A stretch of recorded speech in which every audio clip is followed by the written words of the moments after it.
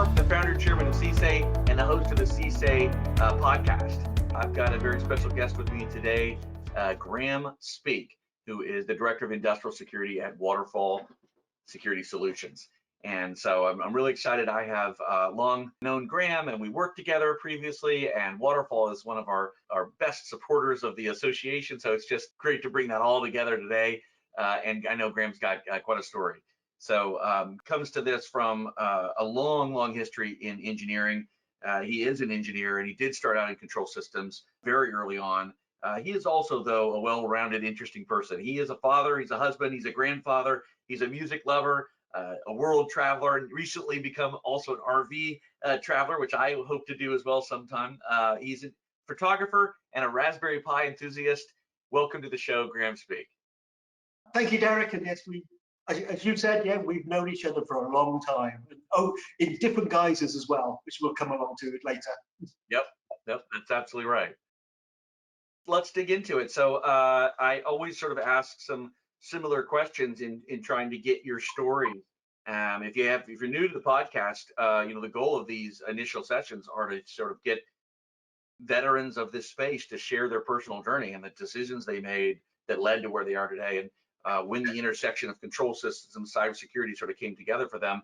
And it's all different. There are some common shares, there's some things, some themes that arise quite often, but everybody's journey has been different, and there's lots of opportunity and things that people today could choose to maybe emulate. So maybe some things you did or things you wish you hadn't done that people could take into sort of their own decision making about their own career journey. So I always like to start, superheroes of today have to include cybersecurity people, and every superhero has a backstory. So where do you come from? I know there's something about your voice. It's not Texas.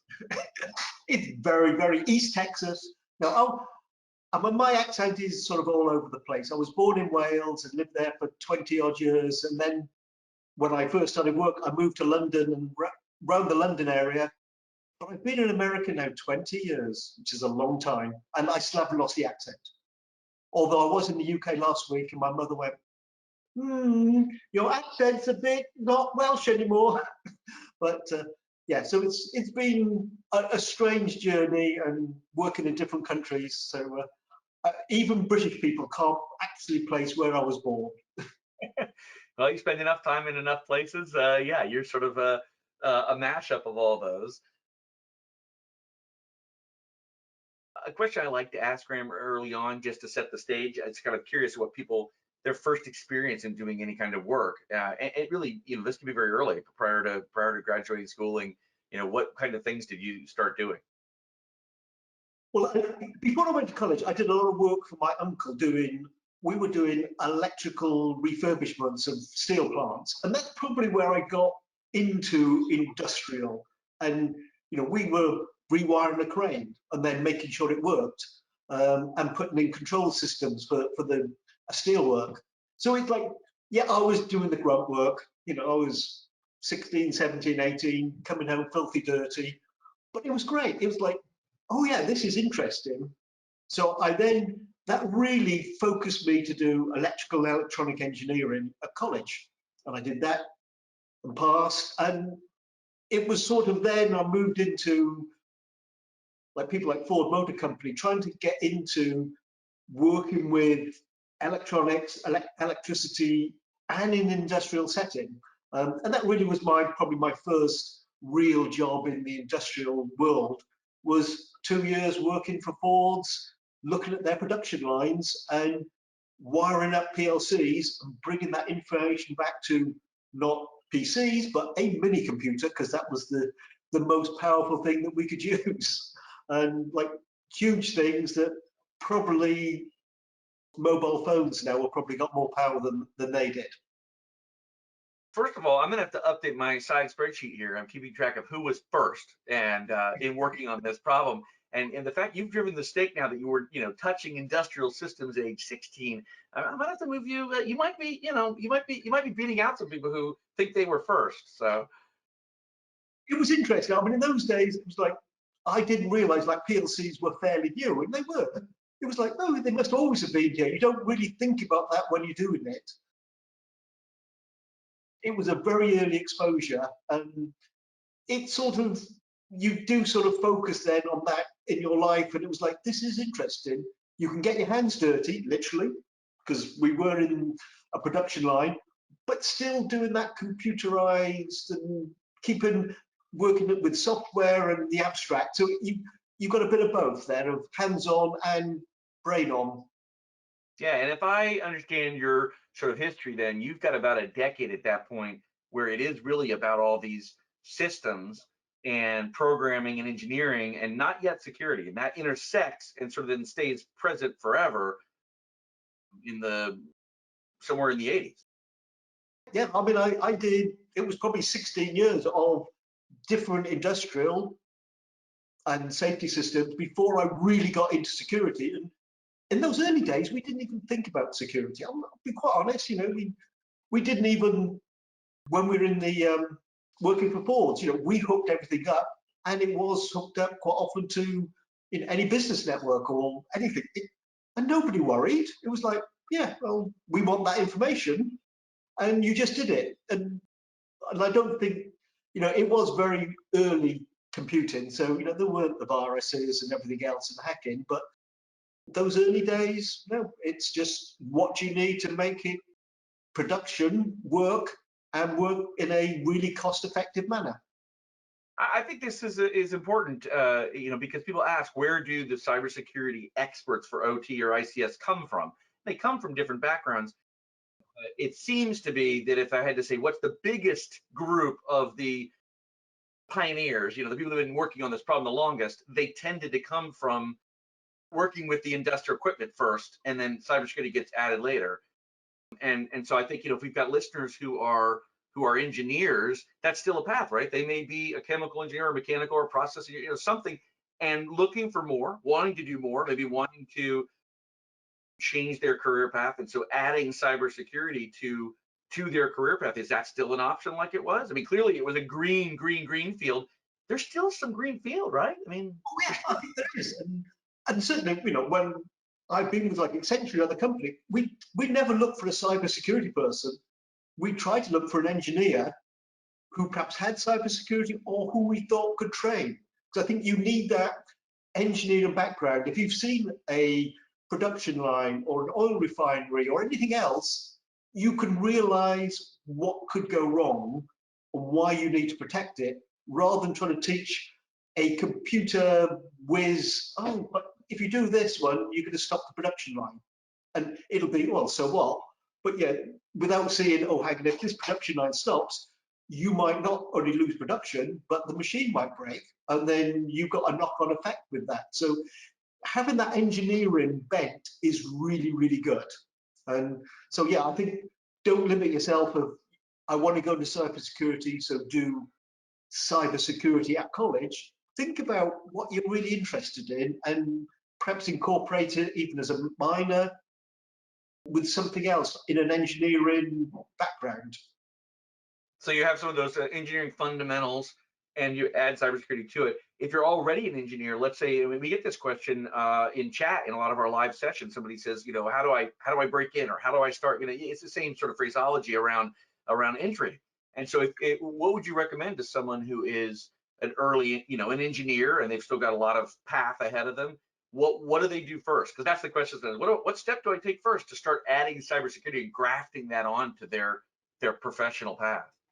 Yeah, and I think it might depend on the kind of company they work for. If they're in a large, 100,000, 10,000 man company, can they find somebody who's doing that in the company that they can just, use as a mentor, use the, talking to.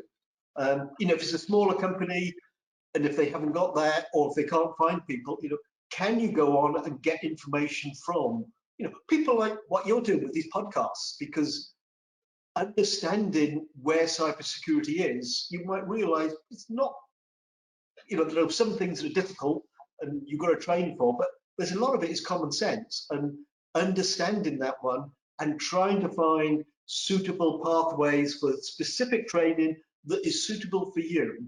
And not all training is suitable for everybody and for the part-time of business they're in. But I think there's enough people out there who will help people. People have reached out to me in the past, of students, and yeah, I'm trying to give them some advice of, have you looked at this? Have you read this book? Have you done this training course? And there's a number of free courses. You don't have to spend money.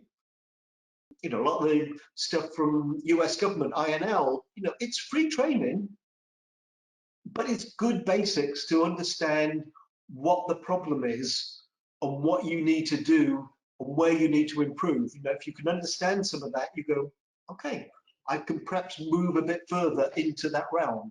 And I think it depends whether you're a real engineer and you don't know TCP/IP and computing well, or have you got that knowledge as well? And that's where you can learn what bits am I missing. So to try and find those courses, and there's so many on the web from various people that are free or low cost that you can just expand your information sources and then try to find something within your company, or you know, or perhaps another company outside to hone those skills a bit more. Yeah, you touched on a couple things, and the training it comes in all flavors and sizes, and people don't need to think in terms of only large, comprehensive, expensive courses. If your company can afford that, great. But there's all these other. It's a breadcrumb trail, right? Even our sessions, they're free to the world, and they're very educational. And we have an on-demand library for our members of I don't know how many now, going back years of recordings of people like you giving, doing the sessions and breaking down some facet of the problem. And so, yeah, consuming some of that as a basic orientation to begin one's journey, and then you can go in lots of educational directions. You also mentioned mentorship, and so let's talk about that. That's a theme that does come up in these sessions a lot. What's been your experience, both being a mentor or being a mentee or both? Yeah, I mean, certainly, you know, when I first started in cybersecurity, you know, way in the 90s, yeah, there was somebody else in the company I was working for at that time, had a bit more experience, only because he was doing it in his spare time. It wasn't part of our company, but yeah, learning from him of how do you set up a Linux firewall? And like, yeah, I knew Linux, I never IP chains, and I oh, this it's like, what is all this? But it was for him teaching me, and then I could teach that one to some of the other people in my unit to say, oh look, this is what we can do with a Linux and how to make it into a firewall. Um, in other places as well, where you find somebody in your company who knows either a bit more than you or a different skill set than you've got, and try to be a mentor to him and him to be a mentor to you, so you can both learn off each other. So it might be somebody's very good at security and you learn a bit more, or perhaps they're good at more engineering stuff and you don't know that part of the engineering, but you teach him some security. And there are people around, and quite often you might have in your company a chat room or a bulletin board or something. There's so many different ways, and just announce it. Yes, you want to learn X. Is anybody willing to help me? Or just ask your boss, your people you meet in the cafeteria, anything, just to find the people who might be able to help you, or you can help them. Yeah, I love the particular kind of thing you talk about, a mentorship exchange or exchange of expertise. That Yes. hasn't come up before, but it's interesting. Like, hey, we could swap, whether that's formal or informally sort of mentioned, but the concept is sound, right? You know something I don't know, and I know something you don't know. Let's have lunch. Could really turn out to be something very, very interesting. And it's not going to be a perfect hit, but there's people outside your company that would probably be receptive to that as well. I find the community to be incredibly open to well articulated requests. Hey, can you be a formal mentor and meet with me once a month? Might not be the first overture to make to someone, but hey, could we do lunch or coffee and talk about the security of this particular real-time operating system? You're going to get, by and large, you're going to probably get a pretty good response to that in a lot of places. You will, yeah. I mean, if somebody writes to me, has taken the time to find, either my LinkedIn profile or my email address or anything, or met at a conference, and just willing to write to me and say, I want to do this, but what do I do? Yeah. I feel like I have to respond and help them, because they've taken the time and they really need some help. it might not be, it might be a short email or it might be an ongoing exchange. But if they're interested enough, we should take the time as sort of older people in the industry to help them out, because we want the younger people to come through this system and for them to become mentors in the future, Yeah. because we want this to continue over multiple years. So when we're in our old age and dotage, you know, we'll be protected by the younger people. For me, And that's not far off. this is great. It's mentorship as an insurance plan. Yes. Oh, brilliant, brilliant. Oh, I love it. But you know what? Society, you know, you're right. It's a foundation to build a more stable stable Yeah. future. And we know Yeah. we have a shortage of people who are qualified, and this is an aspect of that, right? Of cultivating and developing and drawing more people in. Yeah. So And let's talk.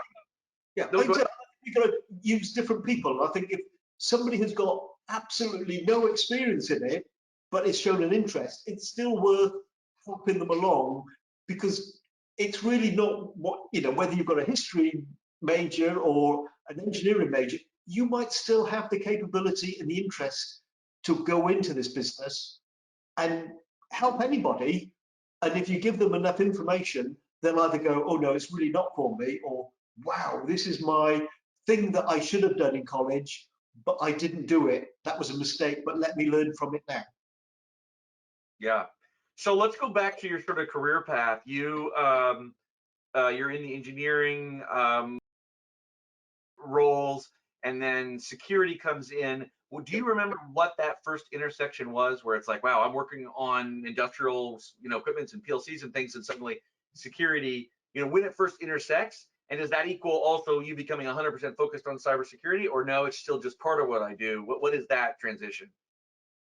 Yeah, I think, you know, in terms of security, it was much later on in my career. It was probably mid 90s when I did that, you know, but prior to that one, I had worked in what would be classed as security now. I worked on safety systems and designed a safety system, but we just literally, that was, I had 3 years experience of coding and joined a company where, you know, I doubled the software team. So, you know, Yes. a small company, and we wrote a new program, a new operating system to, it was an electronic safety system, fire and gas system. It shut down or was meant to shut down an oil rig if there was a problem. But we never discussed security, though nowadays you would say that should be a high security system. But we were linking that one to everything and not worrying about it. It was only until, like I say, the mid 90s when I was working for another company. I was doing IT, so it was really IT, but in the industrial sense mostly, that we wanted to have an internet connection for our business. And I did this Linux firewall to protect the company from the internet. And that's what got me into IT security. And I did banking security for 2.5 years, and WebSense, before I moved back into sort of the industrial security. So it was a bit of IT, then into security, and I think it was really after 9/11, we got into OT security. Prior to then, it probably wasn't thought about that much. Yeah, I'm curious. A couple things come to mind when you're talking about that. I wonder if that juxtaposition of the industrial equipment and then doing some web facing, you know, going to some traditional IT stuff, and then the intersection of stuff and connecting to those systems. We know that a lot of vulnerability has been piercing what used to have no connections, and from the corporate networks is common, or potentially the outside world, which is not great, but we know it occurs. Did that give you some perspective when you start? You know, by the time you get to VP, are you focused? Is that OT cybersecurity focused? No, but I joined BP and I was doing WebSense. Okay. So, you know, like you, we'll come on to when I joined next event, but, you know, with BP, my interview was in LA, and I was working with, I was a consultant and I was putting WebSense in for them.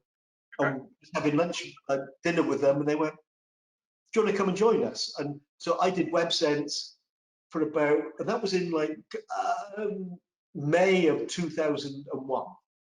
So come 9/11, it was suddenly, oh my God, we've got industrial plants. And at that point, it was like, oh, hang on, you know some industrial stuff, don't you? And that's sort of how it started. And it Yeah, was, I was helping them out. We were then, oh my God, all our plants are connected yeah. directly. So And everybody was, not to out a brand, everybody was. I mean, that's the way it was back then. yeah, I mean, nobody thought about it. Yeah, So that's really, and then from there, I would probably 90% of my work or more was always then OT from that point on. that was the pivot point. And it's interesting, no one has mentioned it before, but a moment, a catalyst was 9/11 for you and for companies. I mean, I know that, but I don't know that anybody shared specifically that that was a pivot point in their career. So everything had been leading up to you having that specialty knowledge in two areas, and Yeah, then you were called upon to fuse those, to have a career path from then on that called on that, right? yeah, and really before 9/11, there probably wasn't an OT security role. You probably couldn't have got one. There probably was some people, but it probably literally was a handful around the world. Everybody was IT and perhaps dabbled and looked at it, but not really did anything. So yeah, that was a big pivot point, and going from you could walk into a plant to, oh, hang on, I was in the UK. The SAS are going to come in and do a security audit, and they literally all were called Mr. Jones or Mr. Smith. Seriously, it was like, okay, we've got 6 people. Are you a Jones or are you a Smith? You looked at them and went, I'm not going to argue with them because they knew what they were doing. They were doing physical audits, but it was a turning point. It was very different from from 1 month to the next of everything's good, and then, oh, could anything happen? And Yeah. we didn't know. So, and then things happened very quickly from then, going from nothing to, well, certainly in BP, getting firewalls in, looking at all your connections, making sure everything's monitored, doing a managed IT firewall audits and managed services. So it changed very, very quickly, and everybody had to learn. And even talking to suppliers didn't know what industrial communications were. So you're trying to teach those how to do it at the same time. Yeah. So it was complicated. And do you think, let's think about then and now. Is it more complicated or less complicated now? Sort of an interesting question. It's probably less complicated because I think people know about it. I mean, back then, if you talked about Modbus or Profibus or anything else, suppliers went, yes, we can monitor that. And you could see them and trying to look them up on the internet. what was it? But I think, now they know. And you'll talk to these people and you'll talk to Waterfall, you'll talk to Nozomi, you'll talk to all these other people. They know what is out there, they understand industrial world and industrial language, and therefore you can have an intelligent conversation very early on. Whereas I can remember talking to, it was Symantec at that time, and but not singling them out. They didn't know anything about industrial, but they knew firewalls, and it was more of, well, we can learn this, and they did, but you had to discuss with them, well, hang on, this should never get out the firewall because it's a control protocol. If that hits your firewall, we want an alarm here because it's a problem. Whereas nowadays, I think they would understand that from the get-go. So the only thing that I'm going to challenge you back, I understood your answer, and I'm inclined to agree with you. How many attack surfaces were there then, and how many are there now? There were probably more so then. And I think we were all learning. So even when I was in other companies, there were things that we might have let through a firewall and thinking that's okay, but not realizing that was a way that things could be attacked. I can remember some of the early viruses, they were looking on, SQL Server and things. We may have had, SQL going back and forth through a firewall without thinking, well, hang on, you could piggyback on that port. If you didn't check it and just allowed it through, we're going to get that virus through as well.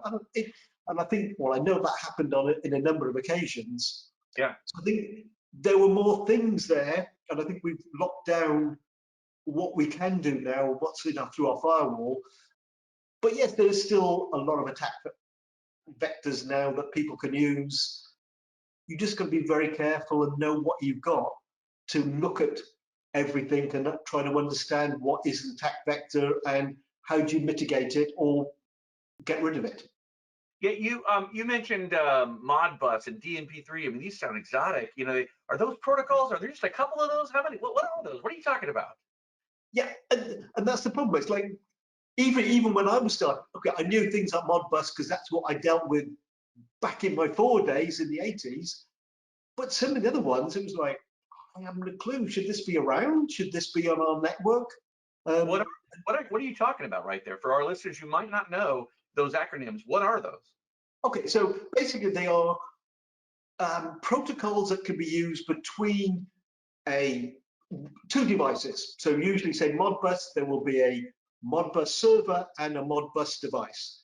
So TCP/IP is not involved in what you're describing there at all? Usually, well, you can have serial, but most of these are on IP.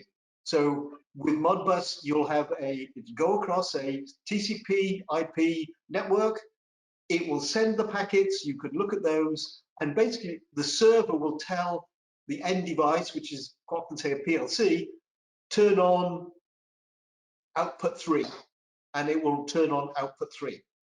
So each one needs to know what the other one is, but once they do, you're basically controlling it. So it's like if you said to Alexa, turn on my lights, that is Alexa's turning something on. Modbus is very similar. It's telling the end device, turn on that lamp, and it turns on the lamp. Now, and might Alexa or Siri be using a different protocol, Z-Wave or Zigbee, essentially a different protocol? But it's a communication protocol, proprietary communication protocol. Are we talking there's 2 or 3 or 4 of these? How many are there? There's probably hundreds. I mean, some of them are very specific, and quite often that you might get a protocol is for an industry. So like in your car, you may have, it might be protocols used in your car would be different to what is used in a manufacturing plant to perhaps is what's used in a refinery or utilities, electric generation. There are multiple of these, and then you can also get modified ones because somebody might change it or not implement the whole protocols. So if you start looking at them across the internet, not the internet, on your network, you might see a whole load of things and go, well, I think it's this, but wondering where some parts of it are perhaps not fully utilized. So if someone has an IT-centric background, this is an area to go discover, right? To look at these industrial protocols. That's another area, and you have to sort of have an understanding of that for all this to come together, right? Yeah, and you can obviously, because it's across a TCP/IP network, you can use the standard tools they may use in their IT world to look at protocols, analyze the protocols and look at them, and then see all of that code and things like Modbus. Most of these IP network monitoring tools understand Modbus. So they can break that down and see what's going on. I know we sort of said, I think you may have said earlier on, I like Raspberry Pis. Quite often you can get some of those, a lot of those industrial protocols on a Raspberry Pi. Very cheaply, you could get 3, 4 Raspberry Pis networked together. You could then look at that communications among the Raspberry Pis, and you've got a piece of hardware where you can switch lights on and off, but also see how they're doing that and what's that communication path. So that's again another way to make a cheap, useful industrial lab. I keep meaning to write up how you could do some of this, but never managed to do it. Yeah, that sounds like another good CSA session we should do just on that. So then you end up at Yokogawa in a very interesting role. So tell me about how that comes about and how different that is than maybe or not than what you were doing at BP. Yeah, I mean at BP, by that time I was working a lot with downstream And we downstream were looking for a new supplier for their industrial control system. I was helping out with on the security side, looking at Yokogawa and a few others. Are these suppliers good enough? Do they have the functionality? But I was obviously, are they secure enough to put into a BP plant? So that's how I got into knowing Yokogawa. I think I sort of remember flying in from Malaysia, because I was in Malaysia doing something, into Tokyo, went into their plant, and then try the normal few little very simple hacks. And back in 2005 when this first started, some of the things may not have survived very well and crashed. But it was great to see them very quickly, like overnight, making changes and making them secure. And it got me interested in, well, although I'm putting stuff in that was hopefully secure, we really should be looking at the supplier of the equipment and making sure they were really secure and designing upfront secure equipment. I've also been working with ISA on what was ISA 99, so looking at their standards. So that's how, with those two together, it was like, I found out Yokogawa were looking for a sort of a global security leader. So that's how I applied to them and got into Yokogawa. And it was more of, I want to do something else, try to make things more secure at the earliest stage rather than just in one company at the real sort of the end stage. And yeah, it was great looking at them with not much security in there at that time because everybody was still learning, and building, start with a security program for them and building security in to all of their devices that they were designing for the industrial market. And let's use that as a segue. So not saying Yokogawa, and that's been some years since you've been there. If you had to give a report card then and now to the industry, because I know you knew some of your peers at other big manufacturers, this idea of securing stuff at the beginning of the life cycle, that the secure by design was not something anybody was working with. Yep. What's the report card 20 years ago and the report card now for manufacturers? I think 20 years ago it probably was. Yeah. I don't think it was deliberately they would not put the security in, right. But the end users weren't asking for security. If a BP, Exxon, anybody is not asking for security and don't care about security, I wouldn't say they didn't care, but it wasn't any part of their buying process, you're not going to spend time and money designing it in, when you didn't at that time, when you could make things more difficult. Oh, hang on, you've got to patch your system once a month, or we're not going to make it good. Well, hang on, people weren't going to do it. So I think, 9/11 changed it, so people did want then security. So I think now, basic security of designing security in, having a security program, doing testing. I think most of the bigger companies, at least in DCSs, that's what they're doing. It's not perfect, but they'll certainly have antivirus and they'll let you to add in antivirus. Whereas 20 years ago, they said, yeah, of course you can. Oh, but all of these directories, you're going to have to not scan because it will break our system. It's not like that now. So it's definitely an improvement. And I think some of it might be more now the end user may not want to put some of these in, rather than, a Yokogawa or anybody else will say, yep, you can do patching every month, but the end user will perhaps go, I'll do it once every 3 months because it's too difficult. But yeah, it's definitely, and I think you certainly always got the older equipment as well. They're probably still having older equipment, which they probably haven't upgraded. PLCs with perhaps faults in them, but nobody's going to try patching those devices. It's too difficult. So yeah, it's definitely improved a hell of a lot, and they're probably end users are probably good to very good now. You mentioned something else. I think if we've got our colleagues coming from an IT backgrounds who think in terms of tech refresh rates of in the single digit years, and you just put one of the secrets of this space out there, not closely held secret. It's got 20 years of technology or more in it, and so that's one of its constraints. It's not the same playing field as tech that refreshes in a 3 or 4 year cycle, whatever the traditional IT tech refresh is. No, and I don't think when you actually look at some of the equipment that's put, you can't make it a quick refresh. You may have, say, pharmaceuticals.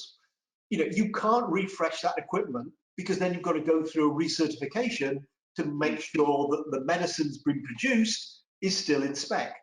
I mean, it's probably not a huge task, but it's still a task you're to do.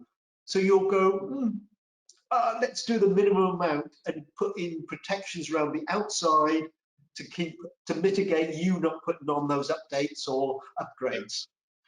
So it's not as easy as just you'll roll out an IT update to say 10,000 laptops. Oh, 20 broke. So what? Doesn't matter. We'll just give them a new one.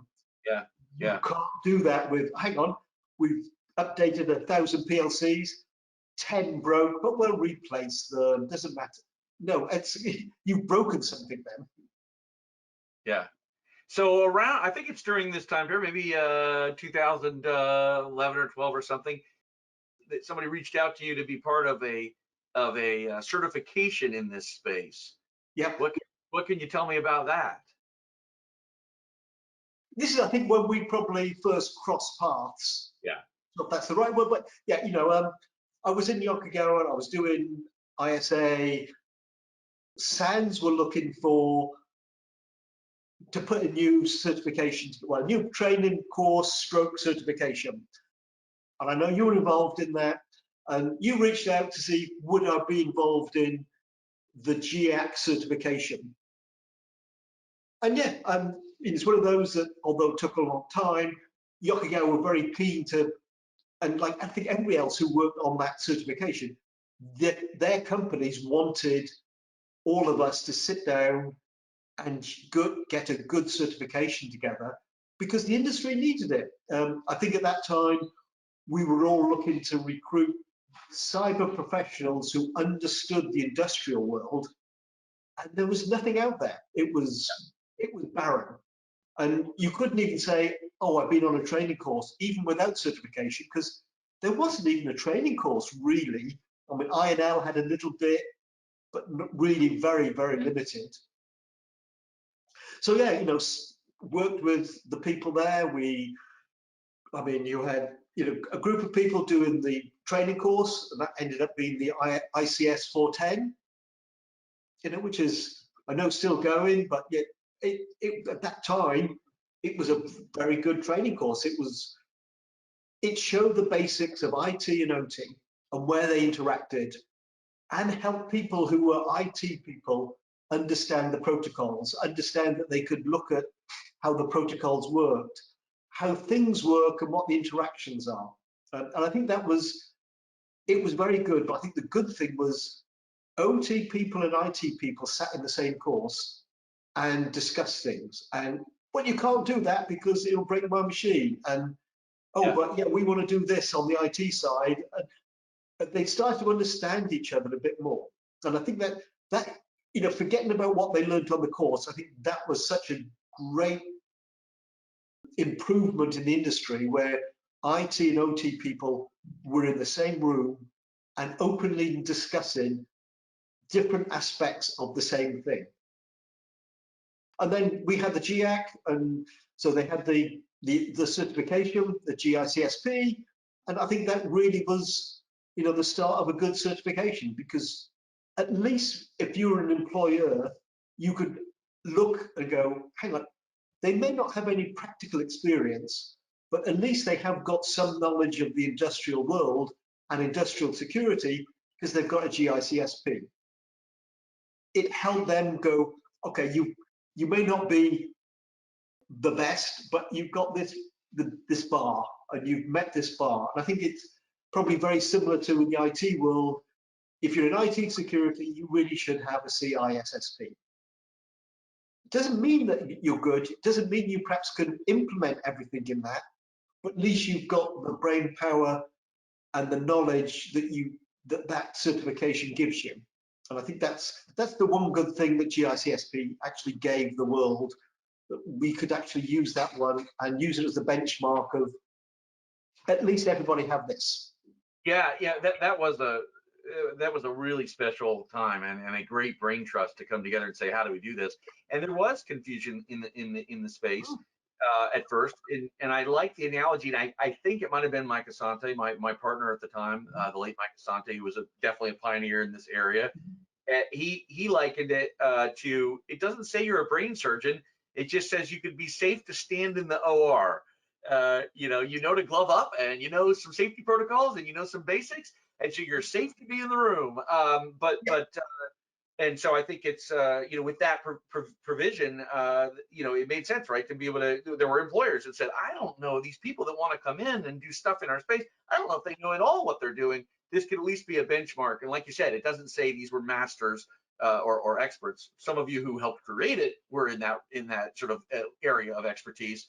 But it was about how do we get a much more broad base of people to be able to at least certify that they could take us, that they were safe to operate, and that they had the beginnings of that understanding, those fundamental understandings, safety, reliability, resiliency. They even knew what those things were, which they might not have otherwise.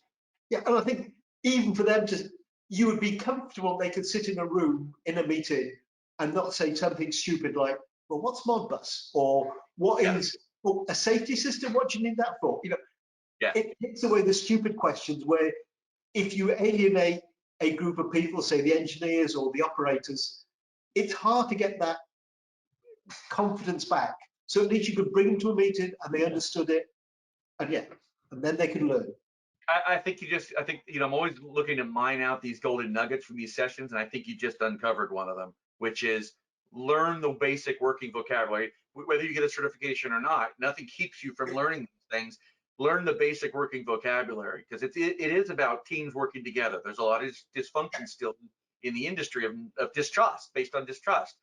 And a quick way to begin the bridge building is learn the vocabulary and the context. And if you can do that, then whatever conversations you're going to have are certainly going to start out better. Yeah, and learn the terminology for your industry, because oil and gas will be different to nuclear, which will be different to the water. So it don't just go in there and go, well, we call it this. And no, it doesn't matter what you call these things.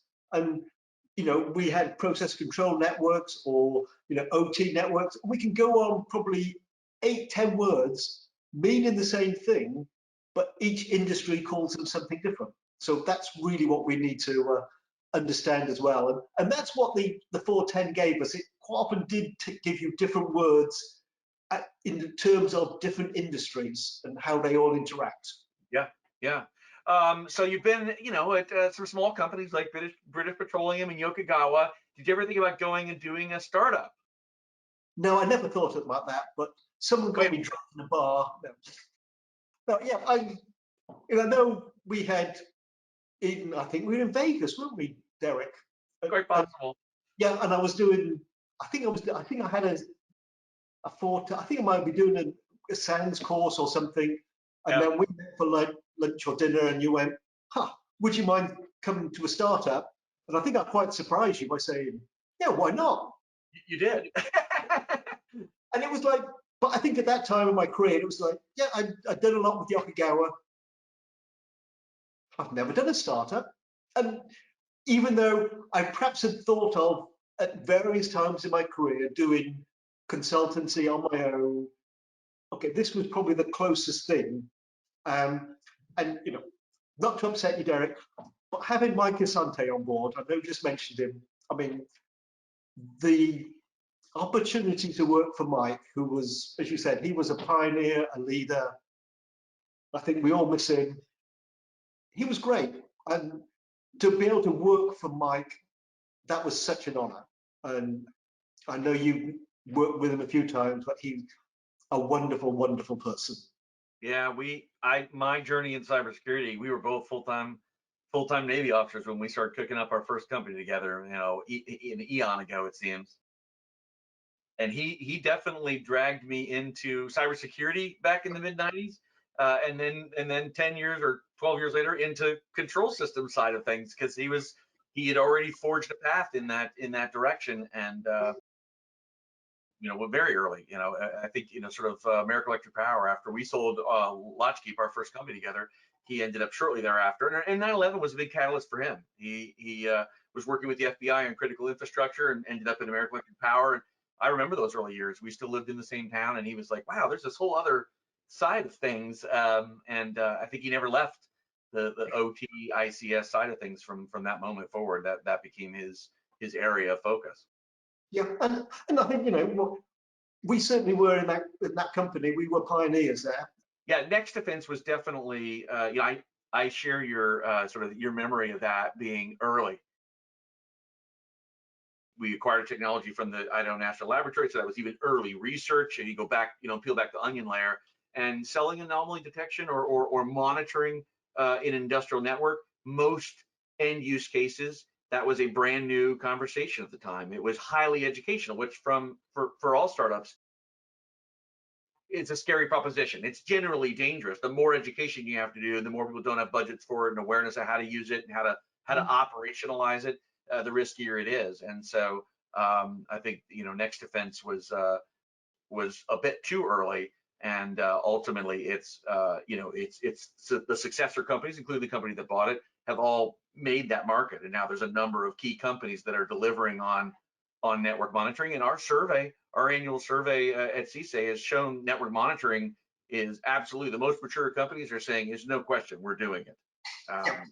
And I think, what Next Defense did, the visualization of a OT network was just, people didn't have that before. There was no way they could do it. So it was suddenly, I can see all my devices. And, oh, hang on, that's a PLC. The IT people might not have understood it, but that again brought them back into the OT world, because they went, you've given me this network map, what does all this not mean? So it didn't force together the IT and the OT people. And yeah, it was very good technology. Bought out in the end. But yeah, it's definitely a good learning experience for all of us. Yeah, absolutely. And it was an interesting brain trust with with Mike and Doug and you. Yep. I mean, it just some of the super knowledgeable people coming together to work on that problem. And today it is interesting to see how the tool set has matured. The options for tools that are appropriate to running these environments. I remember very early on we had opposition. I think any of the early companies around, is it safe to run in the environment? That whole notion that traditional IT or cyber tools could break a network, as we had to sort of gain confidence in pilots and all that stuff. So it is exciting. I think it's 10, 12 years later from where, I suppose we thought in a 5-year period there'd be some maturity, and it seems like now that maturity is starting to be the case. And I think it is. I think there are people are willing to have things like that in their network. And it's not oh gosh, could it break the system? It's more of, well, let's just make sure it's secure and only the people who should see it can see it, rather than, oh, it's going to break the system. So yeah, it's definitely good. And they're really good tools now. So you went on to do some more, again, you stayed in the space and you went to Berkana, and that was oil and gas and electric utility focused. And now you did a stint at Accenture and Red Dragon and your LinkedIn thing. And I know you've said sort of failing at retiring. You had a long career, and you're back recently engaged. You've had a relationship and done work with Waterfall Security Solutions for a long time, but you're back recently engaged in a full-time role there. Yep. So back in July, August, September of last year, my wife had a couple of accidents, fell over and had some replacements in her arm. And so I took some time off and then went, really, I should retire. And we've got an RV, we were going to travel the country. I didn't even tell Accenture to start with, because it was like, I'm probably going to do it, but just we were still definitely trying to work out, is this really the thing to do? So about 4 or 5 people in the world knew I was going to more than likely retire, and then Andrew Ginter, who's like messaged me out of the blue, went, "Hey, I hear you maybe have some free time." It's like, I don't know how they found out, because I literally didn't tell that many people. So it was like, okay, might be able to do. So he convinced me to work a couple of days a week, and it was going to be a part-time role and then still working. So that lasted about a month before he convinced me now that I'm doing a 5-day role. But I've known Waterfall for years. I think most other companies would have said, nope, not interested. But I knew Waterfall, it was probably 2008, if not before. And I think it's before they really made a lot of sales in the US. And I saw them at a conference. I spoke to Leo, and it was like, this is really good technology. Well, I knew I was still at BP. It was like, perhaps can't use it in BP, but it was like, this is really good. This is what we need, because it's a one-way security gateway. You definitely can't get through it. So I have followed them since 2007-8. And then when Andrew called, it was like, oh, I really like this company. I couldn't say no to working for them, because I was just a fan of their technology. It was probably a bit like when you asked.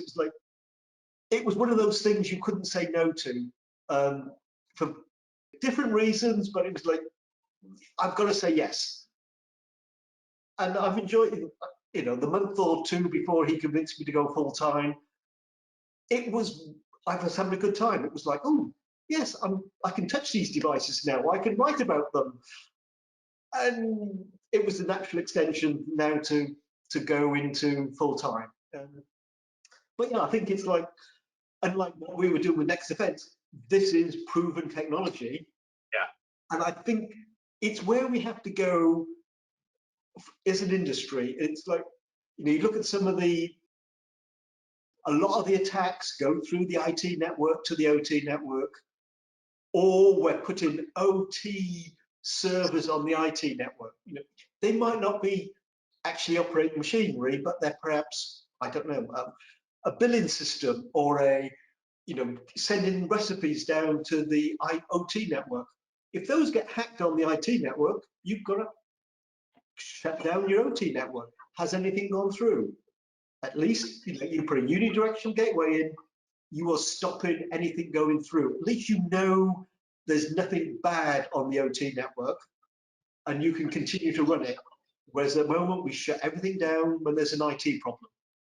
So yeah, I think we've got to start having this conversation of how do we protect the OT network, and perhaps even how far out do we want that OT boundary. And if you've got servers on the IT network, should there be some protection around them to make sure that the OT network never is compromised? And we know a lot of information extraction is needed, and this is an elegant way of saying you can get information out, which a lot of business systems, corporate systems need. And there are other applications where things need to come back, but let's just say there's a bunch of use cases where going out and Yep. and those needs get met, and nothing needs to come back on that same channel. And you can do even things like turbine monitoring, which all the big companies want to monitor their turbines. Yes, you can put one of these gateways in and have a remote view, and they can still see everything. But we've passed the data through the gateway. They can see the data, but they can't change it in the real system. So even things like that, it's really good. And yeah, everything else, you can even look at the security side of it. Yeah, we talked about Next Defense. There are now a lot more companies out there that do anomaly detection. Yes, you can securely put the IDSs and all that data through a gateway. The IT department can monitor it and manage it, but all they can do is look at that data. The OT people haven't got to be worried about the IT people doing something. So you get that interaction again between the two groups of people, and they can do it securely. Yeah, it makes sense. Something came to mind as you're sort of discussing Andrew calling you and me calling you and you knowing Mike. Relationships, the power of relationships. So anybody, but especially if they're early in their career, what would you tell them about in the grand scheme of things, how small a world it is in this space, and that the relationships you make, they end up being very powerful later. I mean, Andrew wasn't a person you'd never heard of calling you to say, hey, would you take this position, seriously? No, and I think with all of us, probably me a bit more than you. I was always in it at the early stage, so I know there's things like S4 coming up again in April. I went to some of the early S4s, and I think there's like 40 people there. So, but we all knew each other, and we may not have known each other at the start, but we did at the end of that conference. And you keep those people, and you might not see them, once a year, once every 3 years, but you still know them, and you can go up and you can bounce questions on them. You can ask them things. You can, hey, you're now in, with LinkedIn. Hey, you're now in this company. Can we work together? Because it looks like that you're in a similar space to me. And I think you do need to keep those people in your life, even if it's just on LinkedIn or Facebook or what have you. And I know, like, I changed my status there on LinkedIn. So another person I know, Ian Henderson at BP, he responded, go, hey, yeah, it's nice you're working for them. And, I knew Ian, well, he came in, 2002 to BP. Well, he was in BP, but into the security team. Yeah, it's 20 years, but I know I can still ask Ian a question. He can ask me a question. And I think that's the thing. Keep the people that you know and you like and respect. You might not agree with all their views, but it's great. But you can bounce things off them and go, this is what we're thinking of doing. What do you think? And so definitely meet as many people as you can. And if you go to a conference, meet as many people there as you can. Take their business cards, put them on LinkedIn. At least then you can search for them later. And quite often you sort of meet people and they go away and you meet them again. I know, like, some of the people I was working with at Us Origin and, before that in Fords have now become, we're on now LinkedIn together. And so it's great that you can talk to these people again. You never know when you might see them in a different guise, because people do move around, and suddenly, particularly if you end up being a sales organization, hey, I know that person, he was my manager, so and so, and yeah, I'll come along with you for the meeting. So, and keep people close to you, and always try to be nice. Don't upset people if you can help it. Even if you think they're a dork, don't tell them they're a dork to their face, because you never know, they might be useful in the future. Build and maintain bridges. You never know, right? Who's going to who Yes. you might want to know or be glad that at a future date. That's certainly compatible with my life vision and how things have worked out for me. Is just keep bridges up, occasionally burn a very few bridges. Occasionally some have to be burned, but mostly keep them up. Yeah. Occasionally, sometimes you can't stand it, but yeah, try not to. Just walk away, have a coffee. Find a reason to keep them the open lines of communication. Yeah. Well, Graham Speake, this has been awesome. We're just wrapping up with Graham Speake, Director of Industrial Security at Waterfall Security Solutions. Longtime career in industrial systems and in cybersecurity for control systems, industrial systems. So we get to my favorite part of the show where I ask the Pivot questionnaire. So this was borrowed from a French show. So I borrowed it from Inside the Actor Studio, which ran for decades. I think it may still run. The longtime host, James Lipton, has passed on. But he always ended his show with famous actors and actresses with this questionnaire that he borrowed from a French show before that. So I feel like I'm in good shoes borrowing it. And so if you're ready, we'll end the show with the 10 questions from the Pivot questionnaire. Okay. All right. What is your favorite word? Security. Wow. What is your least favorite word?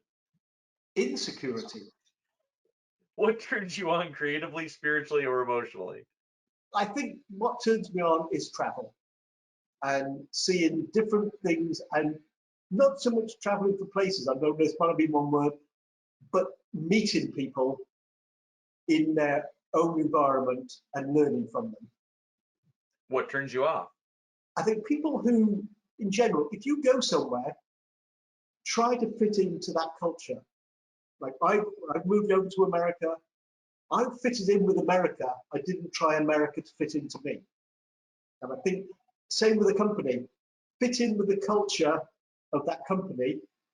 Tweak it and try to change it if you want to, but don't radically try to change it unless you know exactly what's going on. What is your favorite curse word or abbreviation? I don't know if I can say it, but I have got a couple of unfavorite curse words. And certainly anybody who curses using female genitalia really turns me off. Just because we don't say that in the UK, it really did turn me off. But that's the one curse word that I hate people saying. What sound or noise do you love? The sound that I hate is the vacuum cleaner, which is going on at the moment in the next room because we've got some painters on. So I'm not understanding your question. But really, in terms of sounds, it's people who, I know it's more of a thing, but people who keep moaning. And the sound of their voices just moaning all the time and complaining, but without ever giving a positive spin or a response of how they could change that. Just complaining does not solve anything. I don't want people going, I don't like this. If we did it this way, it'd be better. So that it's more of an overall sound rather than a particular sound. So that's you've skipped ahead. So what sound or noise do you love? Oh, the sound. One of the sounds I love is I've got two grandchildren over here. They're American, but quite often they talk to their parents and they try to put on a British accent and go, "I want to see Pop Up," and they recorded that one and I have it on my phone. It's like music to my ears. I'm the favorite grandparent. What profession other than your own would you like to attempt? When I was young, I always wanted to be a pilot. Now, I'm not sure if I could be a pilot now, only because my eyes are gone. Yes, it would be nice to be a pilot or a photographer. What profession would you like to not do? Probably cybersecurity. I couldn't be a nurse. The thought of going into an OR and seeing people being cut up or people in pain, even though you've got to be a special kind of person to do that, and I just could not be anything in the nursing, medical, doctor, surgeon category. And if heaven exists, what would you like to hear God say when you arrive at the pearly gates? Probably, do you want a job? Because hell is trying to kind of cack into us and we need some help. The gates keep opening and I didn't do it. All right, thank you. Graham Speake, Director of Industrial Security at Waterfall Security Solutions. Thank you for sharing your story and some of your wisdoms collected on the way, and for frankly an entire long career dedicated to helping our society be a better and safer place. Thank you, Graham. No, thanks, Derek, and hopefully we can meet up in person before long and we can share a few beers and talk about some of the things we've been through. I would like that. I look forward to that. There's been too little of that in the last few years for sure for all of us. So yes, let's plan that. Okay, thanks a lot, Eric. Okay, bye.